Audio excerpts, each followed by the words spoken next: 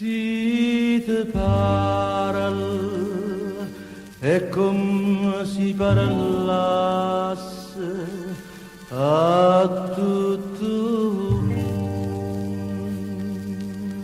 Si te guarda è come si guardasse a una Madonna. Si te tocca è come si toccasse o meglio su.